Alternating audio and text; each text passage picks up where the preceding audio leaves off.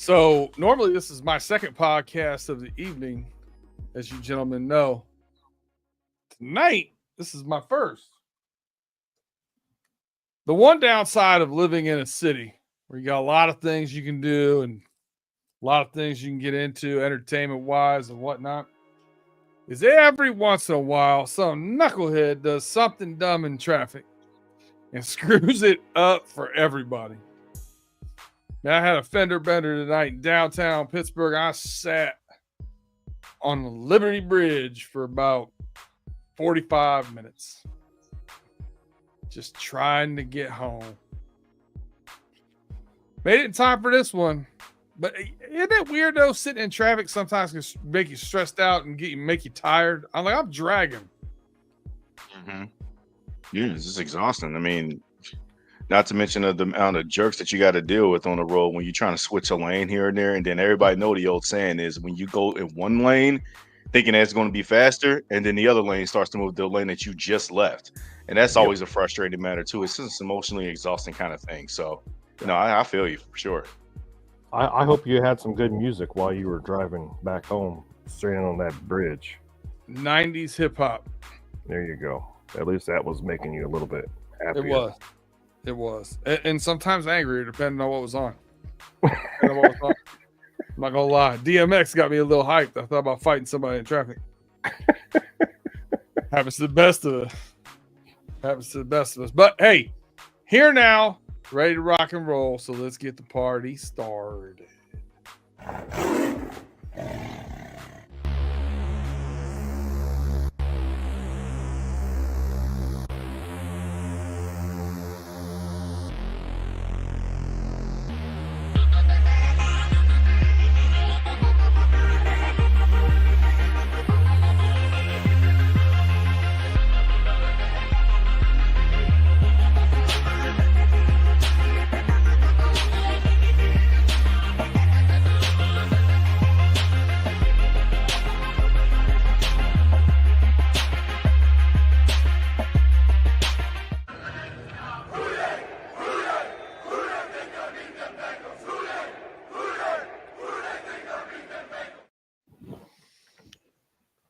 All right, welcome back to Runnin Thru the Jungle. I'm your host, Brandon Herriott, with your host, Tim Lyons and Justin Lacey. What's going on, fellas? What to do, guys? What to do? Hey, doing pretty good, man. Just happy to be here with you guys on a Wednesday night, like always. Yeah. This is like I said, a little discombobulated getting things together, but we're here now. Got my little homework here on the side. And we're going to get into some things. I will lean on you. I know we have some signings to talk about. I'll lean on you guys a little bit for that. I got a little more prep into the preview for the Chargers game. But let's talk about, before we talk about it, let's get into like, subscribe, rate, review, and share for us if you can. Tell a friend to tell a friend. We appreciate you guys supporting us every week. But yeah, injury bugs, it's that time of year. It's going to affect every team. There's nothing you can do about it. You just do the best you can. And we're starting to see it creep up. We were healthy there for a while, but now Orlando Brown Jr., this is the third week in a row with some issues here, did not practice on Wednesday. BJ Hill did not practice, knee flaring up. Doesn't sound like that's going to hold him out of the game. Don't know about Orlando Brown Jr., though. Logan Wilson, T. Higgins, and Trey Hendrickson all limited practice. Looks like T and Logan are the quad brothers, little quadricep strains. And Trey has some neck issues, which have been, ongoing here and there, popping in and out. Mm-hmm. I think Orlando Brown Jr. against this team, this Chargers team coming up, is probably the one that concerns me the most. Obviously, T. Higgins having another weapon out there is going to help against this defense. But this defense is in top 5 in sacks in the league. So Orlando Brown Jr. being healthy out there, I think really helps. What do you guys see as far as our injury list and what's going on? Justin, you want to start us off? No, it's just pretty much about how I expected it. I mean, obviously the main two that you keep your eyes on is Orlando Brown Jr. and T. Higgins. It's going on now their third week in a row of what we're going to do, what we're going to get out of these guys, and you hope that they'll be back, understanding that hey, this is kind of like a do or die game here, and we kind of need you. And kind of muscle through it so that way you can go into the bye week fresh and then you can get your well needed rest. You already had a number of different times off and whatnot, especially with T. Higgins. You got that injury at a practice. You didn't get it during the game; it happened during practice. So we've kind of lightened your load quite a bit there. And then I know that he did participate in practice, and he didn't participate like in team full drills, but he was out there for the spirit and morale today. So that was good to see. Orlando Brown was kind of observing from the side. And my gut tells me that I think that they'll both be playing this Sunday. So we'll see how that goes. But outside of that, I'm not really concerned with any other injuries on the injury report. I think that's just on that caution needed basis, and we'll just see how they Maintenance. play out. Yeah, just doing your normal maintenance and your checks and balances with the roster and the team to make sure you do properly list the injuries that they do suffer, they have suffered, but as long as they're out there, as long as they're producing, as long as they're playing, I think that everything's going to be okay from here. Yeah, I mean, to be to your point here, as far as listing everybody, Joe Burrow listed with a wrist injury, full practice participation. Tim, do you have the same outlook on this, or anything you might concern you a little bit more than Justin? I think Justin hit it on the head. Man, as you stated at the very beginning of our show, was Orlando Brown being is major for me because we're playing against the Chargers, and we know how they like to rush and sack quarterbacks. I know they had 7 sacks against the Titans last week. So, of course, do we want Cody Ford out there at left tackle or Orlando Brown? I definitely want Orlando Brown out there. So they got, with Bosa, and then who knows what's going on with Khalil Mack, So, Justin definitely hit it on the head with the injuries. Yeah, the only one that really concerns me as far as I don't know if Orlando Brown Jr. makes it out. Not practicing at all. Do not practice on Wednesday is a red flag for me. Mm-hmm. Look, we'll see. Maybe he gets on the field a little bit. Maybe they're trying to guard it. I mean, obviously he's a pro's pro. I don't think he needs a ton of work to be ready to go. So maybe, in a best case scenario, they're just holding him out so he doesn't re-aggravate it, because he did come back after the initial injury and then re-aggravated immediately. So yep, that's the one thing. Maybe they're holding him out because of that and don't want him to re-aggravate it going into this game. But definitely someone I think we need out there. Mm-hmm. We did sign we worked out a lot of people. We didn't sign a lot of people.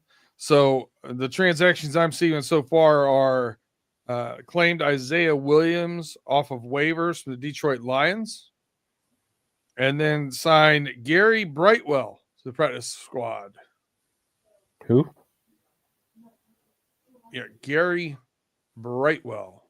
Yeah, Gary Brightwell sounds like he works at a law firm.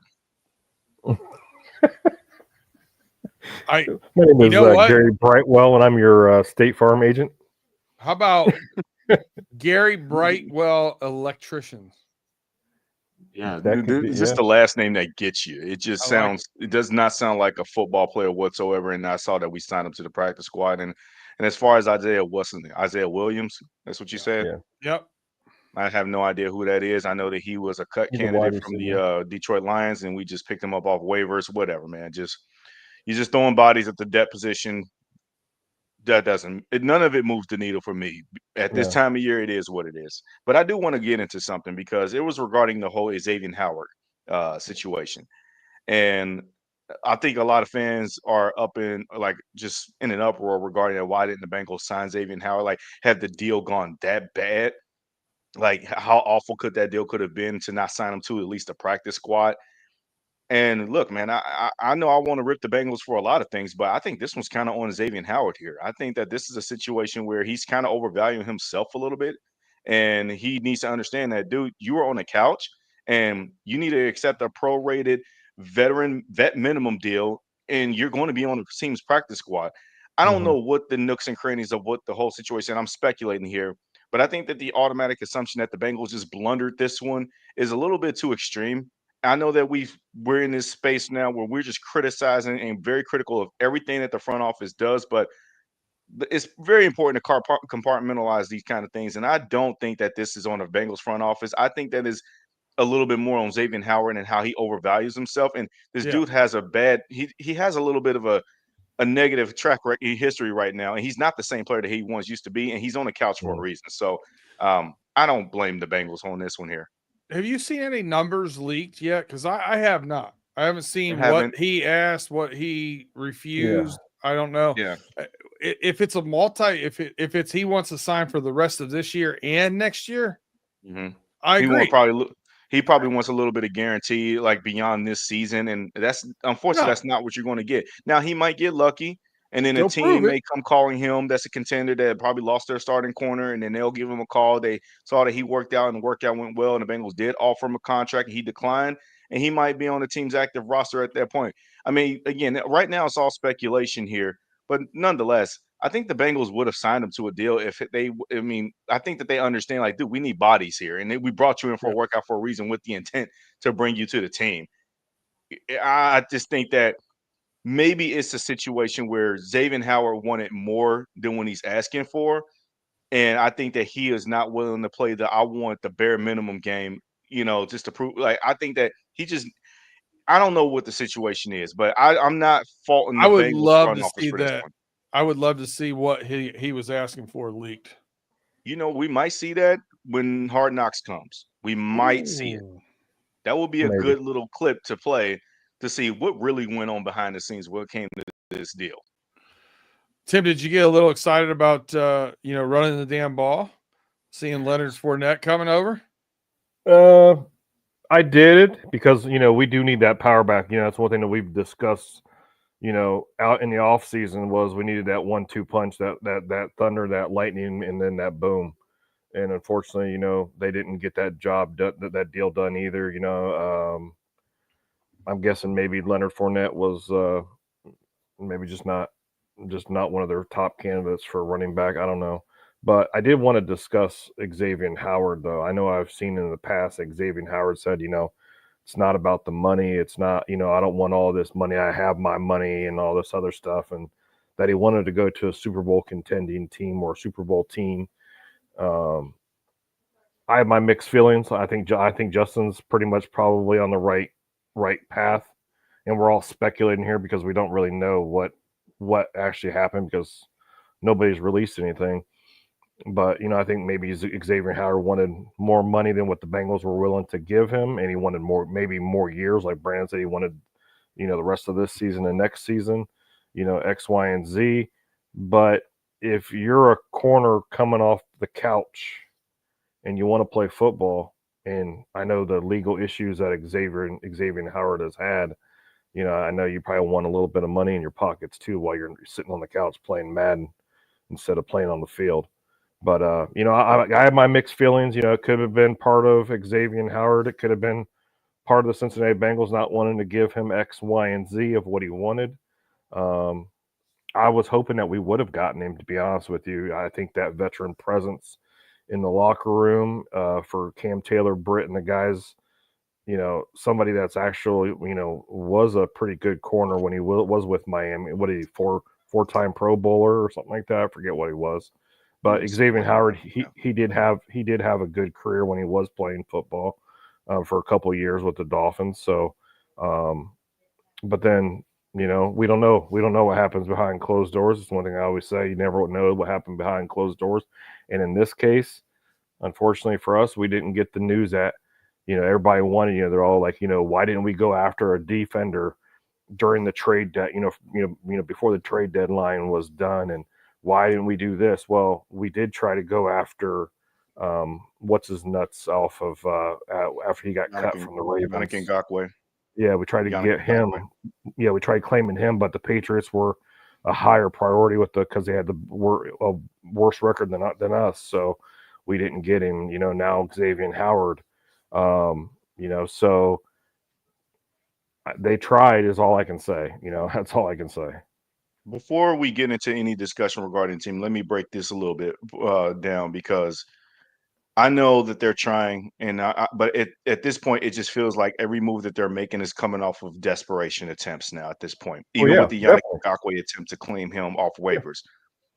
Bottom line is the Bengals do have the talent right here on defense that they're just not being played enough. You're still giving a ton of snaps to Sam Hubbard, who is not a good edge rusher anymore. Right. Good run defender, but he's not. You're also deciding to promote Joseph Osai and increase his snap counts, and he's been somewhat mildly productive. But you got a first round pick in Miles Murphy that you haven't really given any pass rush snaps to. Meanwhile, you're increasing the pass rushing snaps to Sam Hubbard and Sheldon Rankins, and they have produced you absolutely nothing. I want people to take the time out to go and listen to a friend of ours, Mike Santagana, Bengals Sands. People know him on Twitter as that. He does an incredible breakdown. Also, guys like Joe Goodberry just has this insane statistical data analytical chart that he can tell these things. And it is absolutely mind boggling that actually there is a fix for some of this stuff. It's just that the coaching staff is not playing these guys properly. And yes, we like the attempt of you trying to go after maybe Xavier Howard would have been more helpful. But going after like a Yannick Ngakoue, if you would have been rewarded with him off waivers, what is that going to do? You're just putting another old guy in front of guys that you should actually be truly starting when really the elephant in the room is one of the older guys just getting too old on your team and you keep trying to increase his snaps because he's a fan favorite.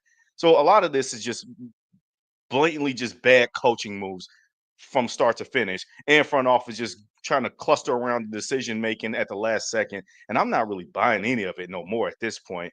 And as far as like the playoff Leonard Fournette, I'll just give this one little piece of information so that way people can like just take it for what it's worth, but rest assured that it's fine that he's not a Bengal. You do know he was on the Buffalo Bills practice squad last year. I think a lot of people don't recall that. Mhm. And when he was promoted to the active roster, he was inactive every single time. He never ran a single down for the Buffalo Bills. He was just there as an insurance policy just in case. But they always knew that they just wanted him ready in an event that a further injury happened, like the James Cook and such. But they never needed him. And it is very clear and evident that his workout didn't go well, that he's just a guy that used to be a good running back, but he's no longer it anymore. So it is what it is. Take it for what it's worth. But that's all of the things that I'm hearing and I'm seeing from him. I think he kind of roundabout touched on one of the things I want to get into during the bye week a little bit on our Running Through the Jungle bye week session. It is kind of how the Bengals have structured their front office, what they're doing in their scouting program, what they're doing in their analytics program. Those kind of things I think right now are weaknesses, right? And one thing that I've liked over the past several years with the new blood and the family getting in is when they've seen or gotten feedback of weaknesses, whether that's practice facilities, whether that's locker room facilities, whether that's food. Um, they've done a good job of identifying those and making changes to them. So now, will they have the introspective look to look at themselves and look at that front office and change the way that's structured and the way they're doing business there? I want to dive into that a little bit during our Yeah, that would be a great conversation to have. our off week, because I think there's a lot of meat on that bone. Yeah, we got a lot So to did he. unpack with that one. So I'll be looking forward to the episode that we do. All right, let's take a quick break here, get a word from our sponsors, and then we'll come back and we'll get into these matchup concerns and opportunities and all those game balls we like to give out predictions for against the Chargers this week. We'll be back right after we hear from our sponsors. See you in a few.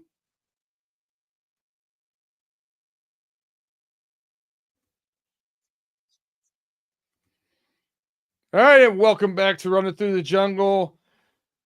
We are now getting ready to get into the Chargers game preview. The Chargers game has been flexed. Another national televised game. A lot of people clamoring in Pittsburgh, where I live, that it should not be. I'm sure. But here we are. Here we are. The Chargers are favored by 1.5. Last I saw. I believe It was at 2. It opened up at 2.5. It's 1.5 right now. It's now 1.5. Okay. DraftKings has it at 1.5. And that's in LA. Over under 48. So it's the 8:15 Sunday night game. I gotta be honest with you guys. I was surprised by this line. I thought the line would be a little bit more slanted in the Chargers' favor. And then I look into it, and 75% of the betting money right now is on the Cincinnati Bengals. Wow. And I'm not surprised by that. And when we go into the deep dive, I'll share my reasons behind it as well. I am surprised, and I can't wait to hear about them. But let's, Tim, let's kick it over to you. What's your biggest concerns here against this Chargers team on Sunday night? Chargers have top 5 defense in the league right now. You know, they sacked Will Levis 7 times last week. They've only, I think they're averaging I think they're allowing like 13 points for the last however many games they played, 9 games they've played. That's a big concern because, of course, Joe Burrow's been sacked an average of 2.5, 3 times a game. Joe Burrow, I think this is going to be the best defense that Joe Burrow faces so far this year. I won't say this year, but so far this year, because we still have to play the Steelers twice. But I believe that this Chargers defense is going to be a true test for Joe Burrow. Well, not a real true test, but he's going to have his work cut out for him because it's, you know, they've been playing, their secondary's been playing really good ball. Their defenders, their edge rushers, their outside linebackers have been playing good. It's a major concern for me on that defensive side. And then number 2 for me would be, can our corners cover, you know, McConkey and Johnston? You know, right now we don't know what kind of defense we're going to get. Is the defense going to go out there and play good ball, or are we going to give up 80-yard touchdown because nobody knows how to tackle? Unfortunately, you know, our best cornerback out there right now is Mike Hilton. He plays in the slot nickel. You know, he ain't going to be out there covering, you know, the number 1 or number 2 wide receivers. There is just not going to happen. Cam Taylor-Britt, I believe the stat is he's given up the most yards as a corner for the entire league right now. So those are my 2 concerns. Of course, like I said, their defense, and then also can our defense actually, you know, guard these wide receivers? Even though, you know, with the Chargers, their offense is kind of it's kind of a hodgepodge right now. 1 minute, J.K. Dobbins is rushing for 150 yards. Next minute, he's only rushing for 40 yards. You know, last week, Gus Edwards, I wanted to call him Gus the Bus because that's what I nicknamed him. But, you know, Gus the Bus, he went out there and, you know, ran for 55 some yards last week. You know, so our defense is going to have to step up. They're going to have to continue to stop the run because we are getting better at stopping the run, which is great. But can we put that all together and stop Justin Herbert in that offense? $1 million question for sure. Justin, we'll swing it over to you, my man. What are your major concerns here with this Chargers matchup? Well, to start it off, man, I mean, I'm going to be perfectly honest regarding this LA Chargers team. I'm not really all that sold on them as far either. And obviously, I'll talk about it a little bit further in depth when we get into, you know, a little bit more of a deeper dive when we talk about our opportunities and our predictions. But starting off, man, my number 1 concern is I don't trust our defense whatsoever. And I don't care who do we trot out there. It could have been Xavier Howard that we signed off the street. If we would have signed him off the street, it ain't enough to fix the problems that's deeply rooted within this system on defense. Obviously, I trust Trey Hendrickson. but he's going to be going up against Rashawn Slater for the majority of the game. He's not going to move around. He's not going to have any opportunities to rush the passer from the middle or from the other side, and going against Joe Alt, who's doing a pretty good job as a rookie right tackle. So obviously, generating pressure is going to be my number one concern. Also, yes, they've been pretty good with stopping the run, but how consistent are they? They got the two old school Baltimore running backs. J.K. Dobbins have resurged in L.A. and Gus Edwards. You know, two Baltimore Ravens running backs that's killed the Bengals in years past. Now they're on this Chargers team. It's like you went from going against the new Ravens rushing attack to the old Ravens rushing attack again. And this Bengals defense hasn't gotten any better. And yes, I understand that they have their moments to where they look good against the run, especially like BJ Hill in the last game, but it's still not good enough, in my opinion. So with that being said, generating pressure is going to be my number one concern against this LA offense, because if you can't generate pressure, that means that Jim Harbaugh and company is going to understand that Justin Herbert may have time to throw. And then that leads to my next concern. And this is the number one this is the main important concern, is this Bengals secondary is absolutely atrocious outside of Mike Hilton. Mike Hilton is the only cornerback, and he's not even, as Tim mentioned, he's not even a big corner. He's a slot corner, but he's the only guy that's a sure-handed tackler. He's not getting picks. Sure, he might get a tip ball here and there, but he's not generating any turnovers because that's not really his game.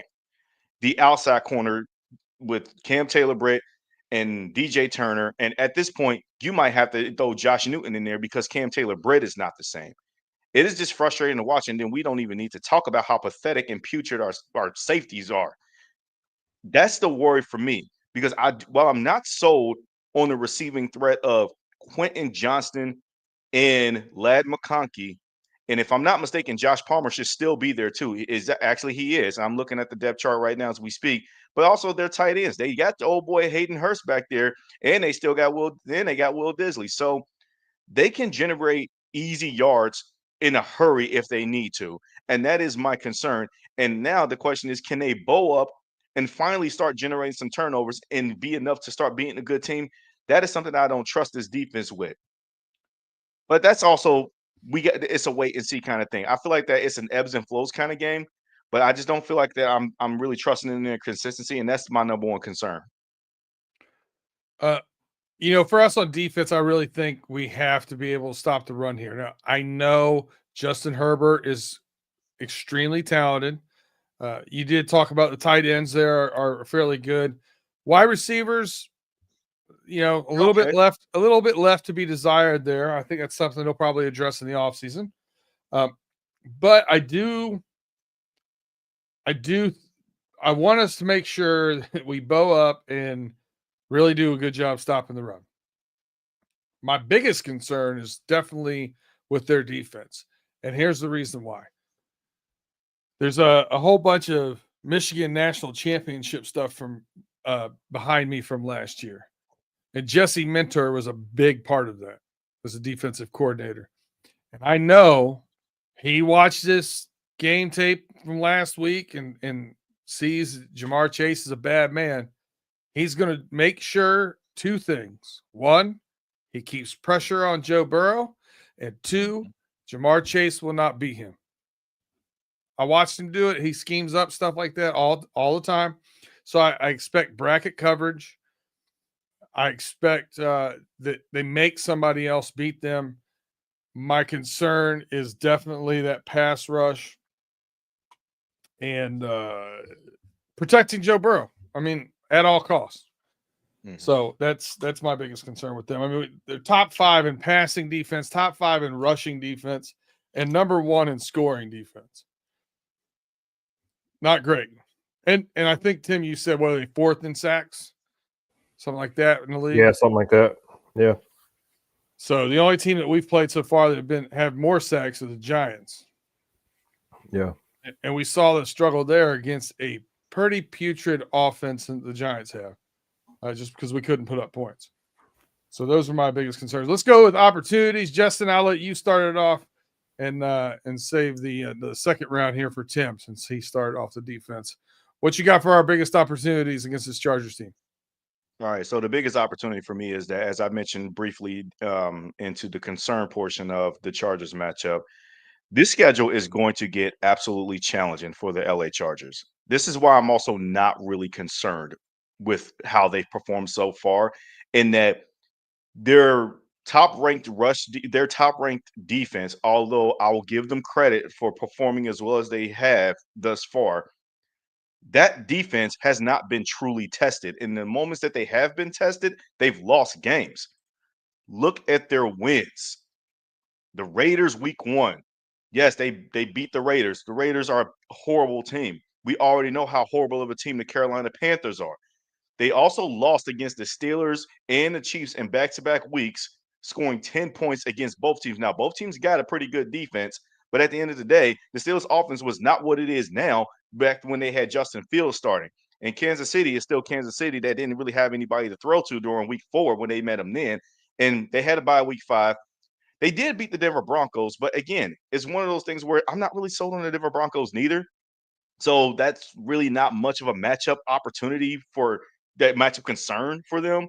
They did lose against the Arizona Cardinals, who is currently leading the NFC West, which tells you, okay, when they see a much more challenging passer, they gotta wake up a little bit more.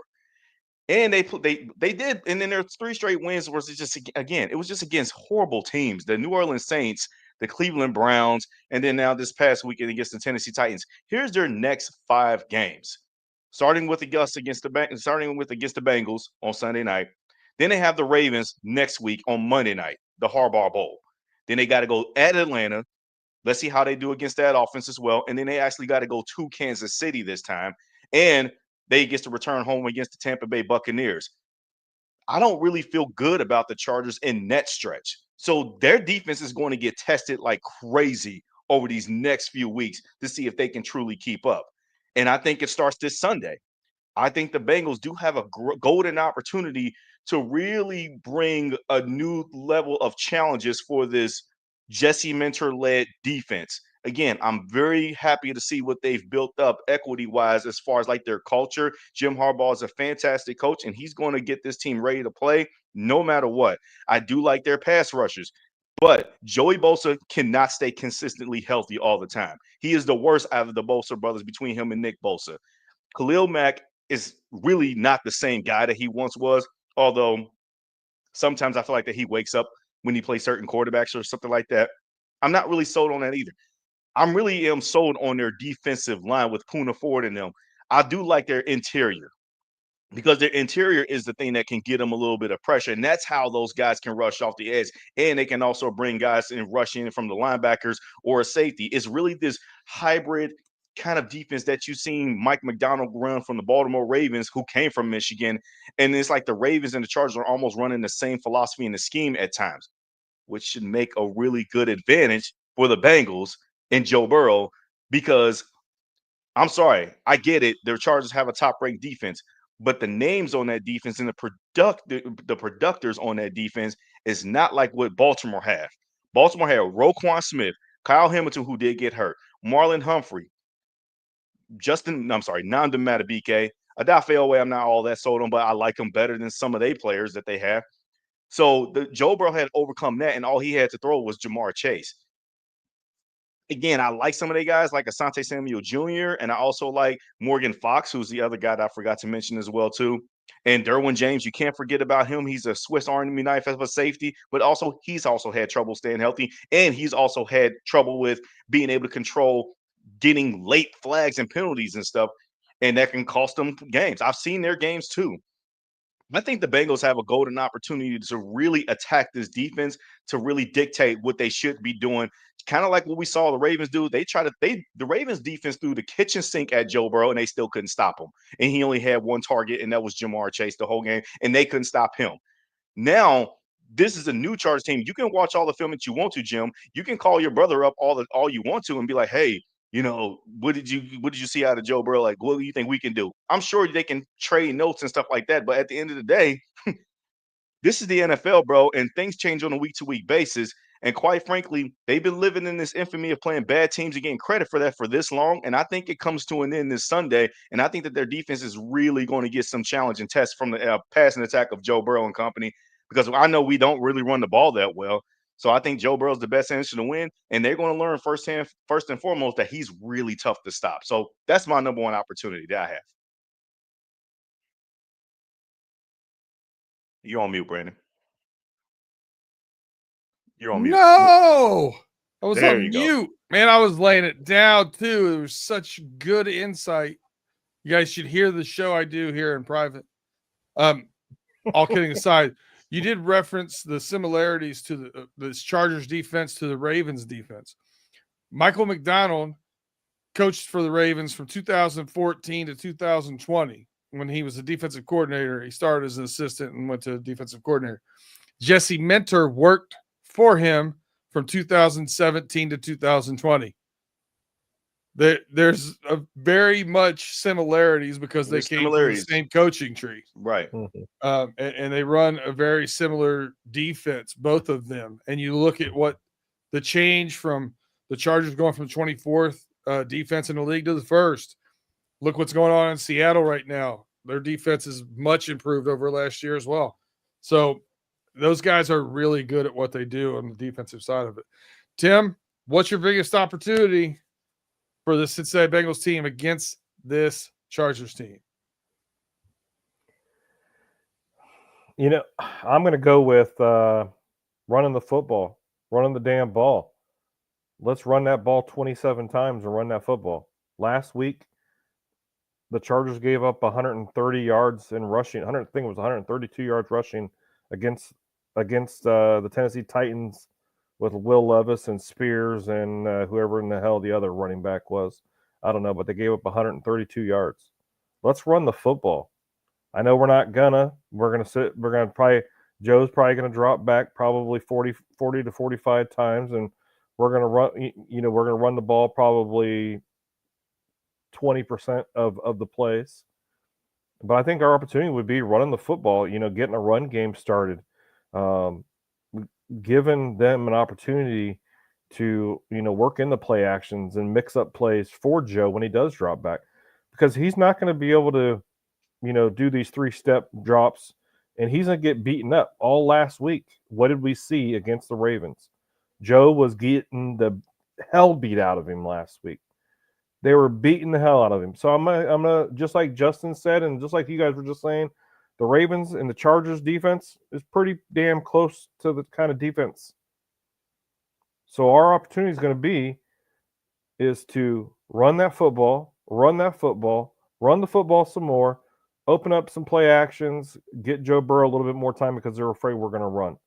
I know we're 30 or 29th or whatever in the hell in the league in rushing, 29th in rushing, whatever the hell it is.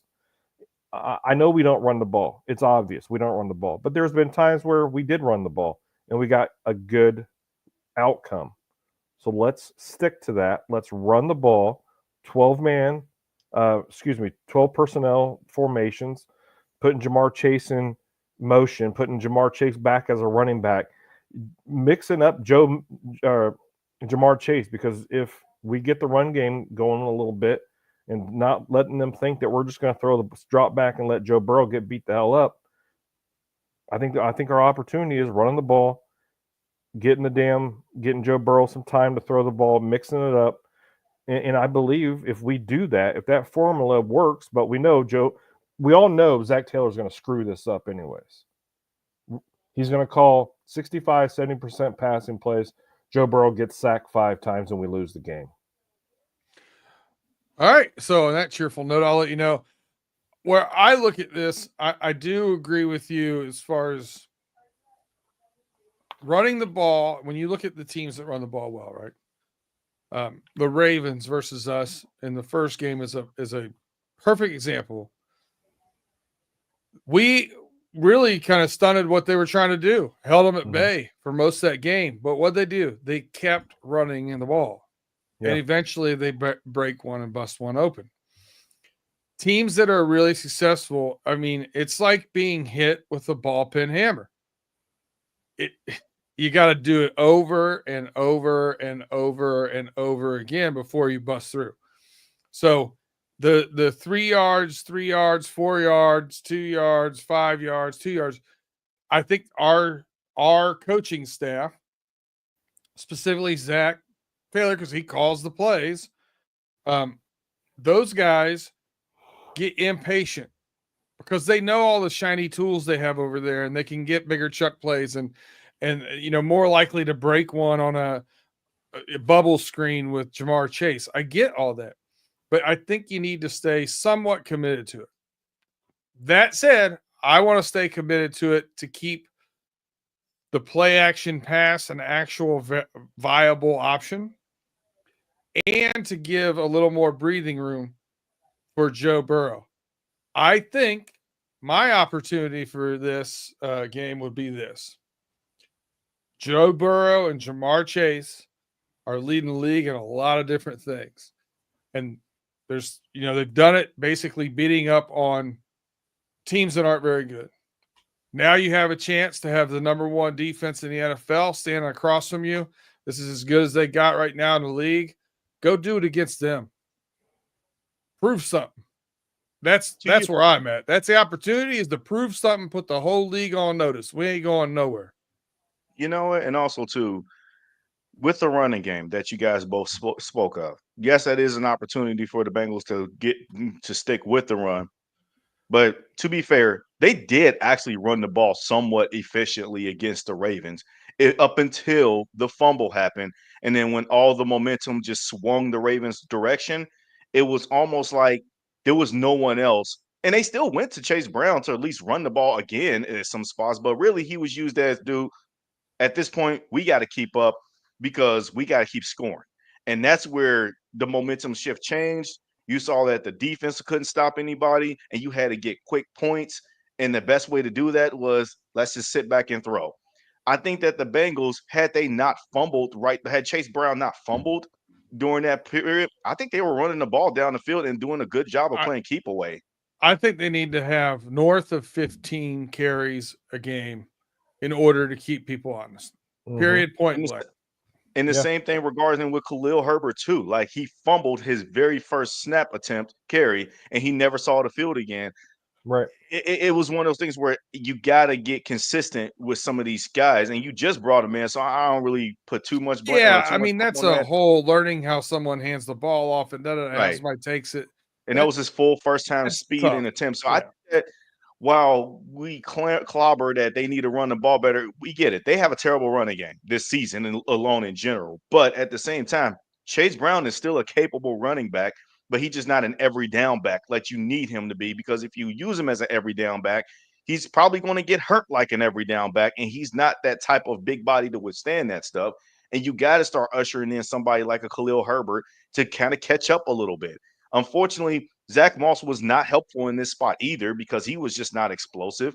And it seems like that you need to be able to get explosive plays just because the running game was always stifled. But I think that they've reached a point where if they need to run the ball here in these certain spots, that they can. It just, when certain things get away from them, they have to abandon it now at this point. And it gets tiring seeing that and making that excuse for them. But at the end of the day, I think that they will run the ball and commit to it if they know that it's continuing to work. Well, if we're not playing from behind, of course they're going to keep running. They're definitely going to keep running. The damn ball. But if we're playing from behind, like when we were playing against the Ravens last week, we had no other choice. It was no more running the football. We're going to drop back and pass the ball every down. It was obvious. But if we're playing this football of, we got to keep up with the Joneses, we got to keep up with them, Joe Burrow's going to drop back 50 times. You know what? They didn't really trail. They didn't trail in that game up until to the very end. That's the point. What I'm trying to say is, like, they can still establish the run. It's just that once that fumble happened, you just felt the true momentum shift, and the momentum shifts happen. And you also going against the number one ranked offense, and they're, in my opinion, in my eyes, the Ravens are still the best team in the AFC right now, even though the Bills and the Chiefs have better records currently. I think that the Ravens are still the best team overall best team in the AFC.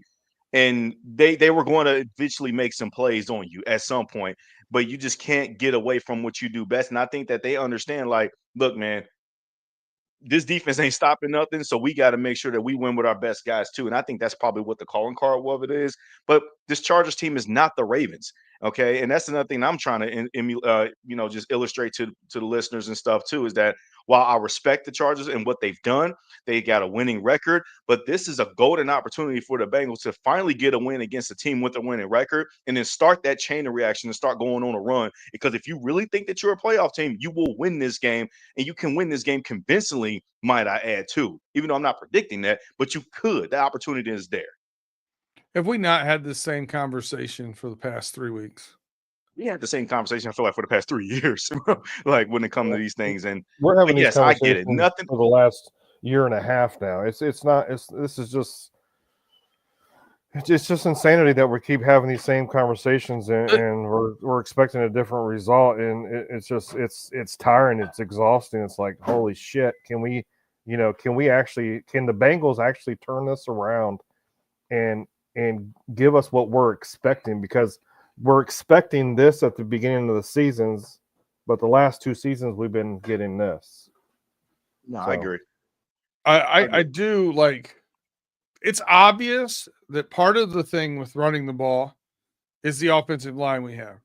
And if you don't think that's the truth, reference what's going on in Houston right now. Oh, yeah. Joe Mixon. In Chicago. Joe Mixon running the ball for 5 yards a carry. You know what I mean? Like, that's pretty obvious.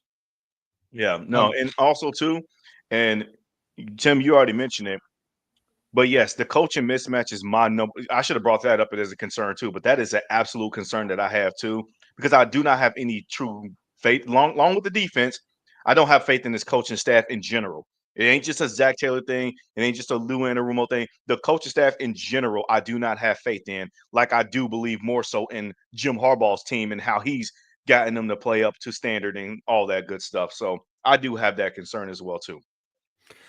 Let me just tell you, and this is one of the other things that I kills me as a narrative on a national scene. The Bengals nationally always get dumped on. You know, we haven't beaten anybody this season, blah, blah, blah, blah, blah. Everybody's down on us. Chargers are like the new belle of the ball. I'm going to go through their wins right now this year. The Chargers have beaten the Raiders, the Panthers, lost to the Chiefs, or lost to the Steelers. The Broncos is the best win on their schedule. Lost to the Cardinals. Fully incubated yet.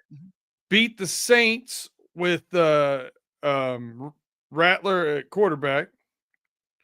Beat the Browns and beat the Titans. I literally went over that exact same thing when I was talking about my subject matter with opening opportunities. This is why I'm not truly sold on them, because of that exact same thing. Their number 1 ranked defense is kind of like a mirage, it feels like, based off of the wins that they got. But what I'm saying is, versus, look at, we've played a lot of the same teams. Why? What is the, like? There's a couple people in the national spotlight that are still like, the Bengals are the most dangerous 4-6 team, and da da da. But a lot of the times you just see poo-poo on the Bengals and everybody fluffing up the Chargers when we're beating a lot of the same teams and losing to a lot of the same teams. It's crazy. Yeah, and I agree. You know, I'm right along with you guys. You know, I'm not saying at all that the media is correct. No, because honestly, if you, like Justin rattled off the schedule, Brandon just rattled off the schedule, they've played no one besides the Chiefs and the Steelers. And when the Steelers played the Chargers, Justin Herbert was hurt, and then he got taken out of the game. So, regardless, I still didn't think they were going to win that game, even if Herbert stayed in. They weren't. But absolutely not. But here's the thing, too. Wait 5 weeks. Wait till after their next 5 games. Seriously. And then I believe that the temperature and the tone is going to change on the Chargers. I do believe that the volume and of people reacting to the Bengals still having a chance is a little bit louder, but I think that they also recognize that they love Jim Harbaugh and what he's done with this Chargers team so far. I do think they're crowning him a little bit too early. I do think they have better coaching over there than we have. They do have better coaching. And I think the biggest problem with the Cincinnati Bengals is we have frickin' Joe Burrow and Jamar Chase leading we have Jamar Chase right now as a triple crown in a wide receiver. We have Trey Hendrickson leading the leagues in sacks. We have Joe Burrow playing MVP football, and we're 4-6. 4-6 right now. And I think that's the biggest thing that the media is tearing us apart is because, Joe Burrow's having an MVP year. Yeah, Jamar Chase is having an offensive player triple crown type of year. Trey Hendrickson is the only defender on the freaking field, and the defense is doing anything. That's why the media is bashing the Bengals so bad. Well, we're kind of doing the same thing too as the local fan base as well too, because how can we not? We're losing. Yeah, and at the end of the day, they deserve to get criticized because you had a fourth place schedule coming in here. You lost against teams that you never should have lost to begin with. So the Bengals have absolutely deserved the criticism. Whereas the Chargers, they were bad last year, really bad last year. Awful. Things got so bad and worse, fire Brandon Staley and everything. So really, only way for them to go is nowhere but up. But ultimately, the optics is going to be a little bit different because they're trying to they've tempered expectations on Justin Herbert, but they seeing that they're doing good, beating teams that they should beat, and they're competing against the teams that they lose to, but they're giving out execution style type of offenses, whatever production against them, not winning them, but they feel like that they're on the brink. But I feel like just wait till the next 5 weeks. Amen. Predictions time. Let's do it. Yeah. That's one way to get the point across, right? I will listen. I'm going to close out with this. When you look at that Chargers, there's a definite better team this year than last year, and it's not because of a bunch of people they brought in. It's not because of a bunch of draft picks that are working out with them. The only thing that really changed there is the coaching. I'm going to leave it go at that. All right, predictions. Justin, I'll let you start off. Offensive game ball. Offensive game ball for me is going to be Joe Burrow, but obviously that's an obvious given. So I did come up with the second option, and it's going to be if he plays. Okay, I will straight up say this: if he plays, all right. T. Higgins, I will give it to T. Higgins, and that's simply because they're obviously going to be looking to try to bracket double cover Jamar Chase, even though he's uncoverable. And I don't trust this Chargers secondary enough to hold a talented guy like Jamar. But the last time these two teams matched up in here in Cincinnati, T. Higgins had a day on them. Even though he did get hurt a little bit, but he still came back, scored a big-time touchdown on them and whatnot, whatever. But I think that T. Higgins is going to remind you this is why you should have signed him to that extension, even regarding his soft tissue injury or whatever history that he has. It's because literally no one else can get open outside of Jamar. Literally no one. Joe Burrow has to throw these excellent, insane throws for guys like Andre Yoshifas to get a catch, and he can't get any movement. And same thing with other guys on the team that's not productive enough. It's Jamar, it's Mike Gesicki, and it's T. Higgins. And I think if T. Higgins plays, he's going to have a great game, and I think he's going to be my offensive recipient. Okay, so I would give you crap for picking two people because it's just like doubling down. You can't pick. It's like picking two teams in the March Madness group of 64 when you're only allowed to have one. You pick two on accident. But you do split the game ball in half the time anyway. So I'll let it go. I'll give it to T.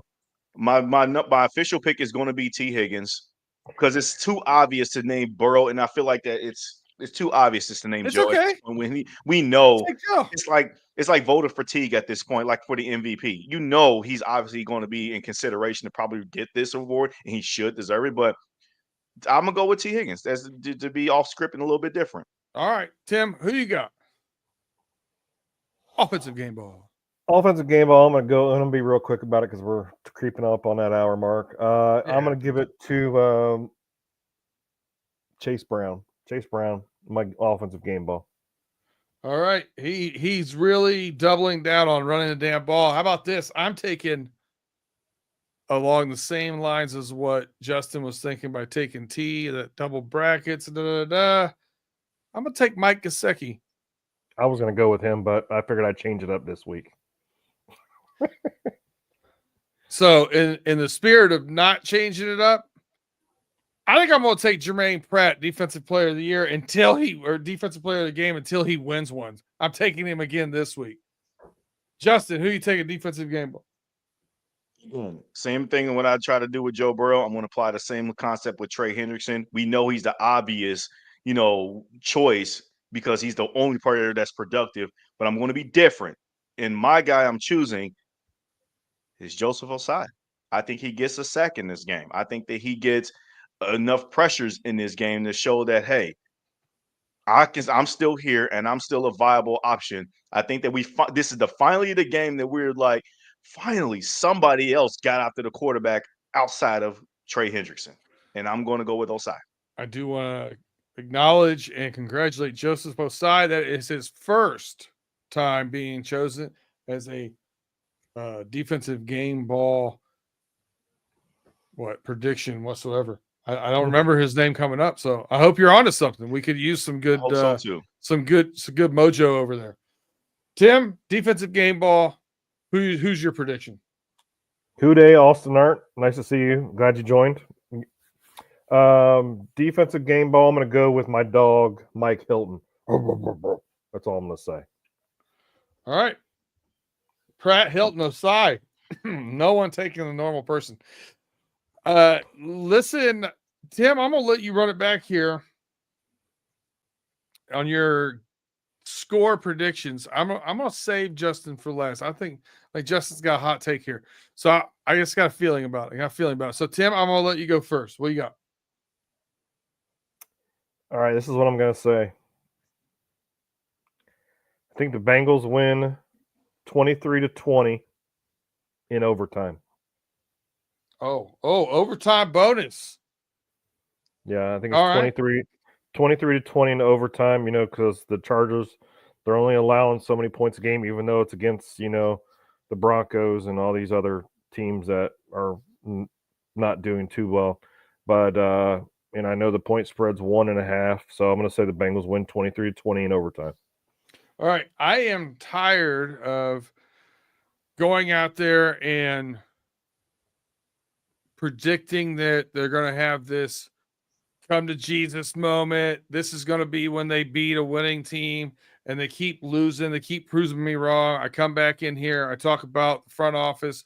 I talk about the coaching staff. I talk about the play calling. I talk about the defensive rotation. I talk about how vanilla it is and how I keep predicting everything that they're going to do. I don't know that they can get it done because of coaching staff here. I'm taking Bengals 21, Chargers 27. I'm taking the Chargers to cover. Justin, wow. Hopefully you can leave on a brighter mood than that. No, for sure. Because at this, every concern that you listed, I had every ounce of that exact same concern. Because there's nothing. It's outside of the defense being putridly bad, of course. I hope they prove me wrong. I hope they prove me wrong. Go prove me wrong. And I feel like it's very cliche to say, but I think the Bengals do win this game. And my take is I think that they actually kind of do it in somewhat of a convincing fashion this time around. I still think we're going to still have some of the same questions. Like the defense is still going to be ass. But I think that we're going to see enough firepower out of this team to be like enough losing. And we need to show the world in front of a national audience again that we're back and that we're still in consideration that we're here. I'm going to go with the Bengals in a 10-point win, 31-21, Cincinnati on the road. You get your avenge that LA moniker of being in LA. That was the last time you were there since you lost the Super Bowl. Forget the whole Herbert versus Burrow debate because that debate should have been dead a long time ago. But yet these Herbert fanboys have revived it on Twitter. Enough of that. Herbert is not on Burrow's level. I don't care what anybody says. It's still Burrow. We already know that. And I believe this is the game where I think they finally prove that they can beat a team with a winning record and show that they deserve to be in playoff contention, at least for another week. And then we'll see about them going into the bye week before they have the home date against the Pittsburgh Steelers. And we ask ourselves the same questions. But if they do lose this game, all bets are off when it comes to playoffs at this point. It's a one-game sample size. I'm not going to try to predict the run at this point. All bets will be off. But I will predict them to win. A 10-point win. Playoffs? We're talking about playoffs? You say there's a team? Man. Yeah. Listen, my biggest question mark for this game, will the coaching staff drive me to drink enough that I'm going to have to take PTO on Monday? Yes. That's going to be the issue. That's going to be the definition. Hey, listen, I made the prediction. I stand by the prediction. I hope the prediction's wrong. No one's rooting for me to be wrong more than me. I can't stand it. So here it is. I'll let you have it, Tim. I hope that the coaching staff can get their head out of their arse and call a better game. Hope is not a strategy. Who dey?